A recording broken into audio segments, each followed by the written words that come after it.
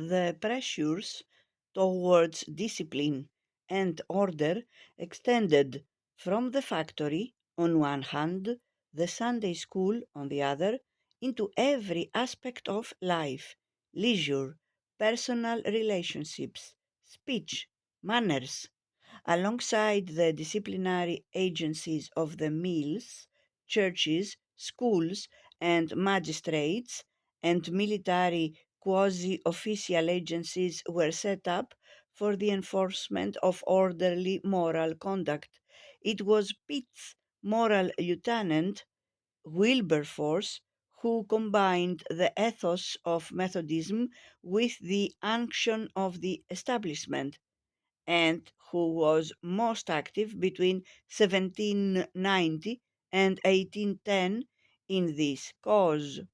In 1797, he expounded at length the grand law of subordination and laid down articles for the management of the poor, that their more lowly path has been allotted to them by the hand of God, that it is their part faithfully to discharge its duties and contentedly to bear its inconveniences, that the present state of things is very short, that the objects about which worldly men conflict so eagerly are not worth the contest. By 1809 he was satisfied that overt Jacobinism was no longer a danger, but in every manifestation of moral indiscipline he saw the danger of Jacobin revival. "We are alive to the political offense," he wrote, "but to the moral crime we seem utterly insensible."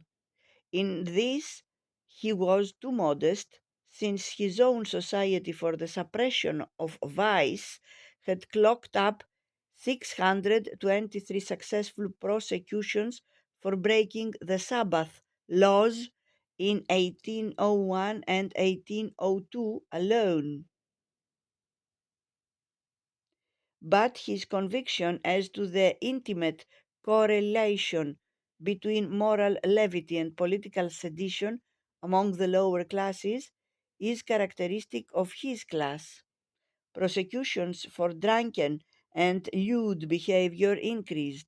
Blake's old enemy, Bishop Watson of Llandaff, preached a sermon in 1804 in which he found the role of the common informer to be a noble design, both in a religious and in a political point of view.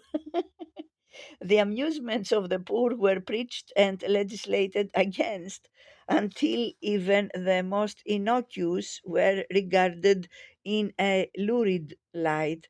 The Society for the Suppression of Vice extended its fear of interference to twopenny hops, gingerbread fairs, and obscene pictures.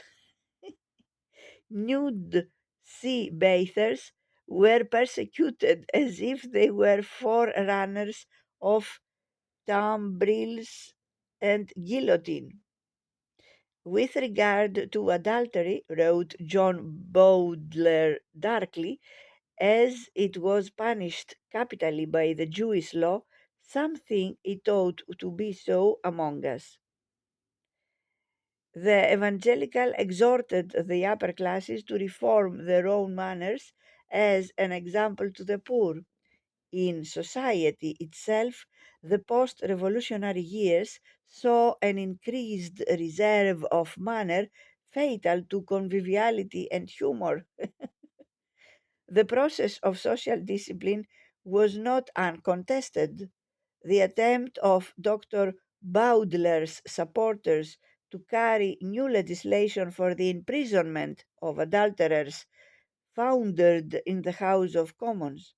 Unlike penalties imposed upon common Sabbath breakers, vagrants, tinkers, stage dancers and tumblers, ballad singers, freethinkers, and naked bathers, legislation against adultery was open to objection in that it might discriminate against the amusement of the rich as well as of the poor, and other attempts to interfere with the leisure of the people were thrown out by the House of Commons on slender majorities made up of one part laissez faire inertia, one part Foxite defense of the liberty of the subject, and one part traditional Tory tolerance for bread and circuses and dislike for methodistical fanaticism. An irony of the time was the defense by the War Minister Windham of bull baiting against both evangelicals and reformers, a defense which led the cry going up from Satan's strongholds of Windham and liberty.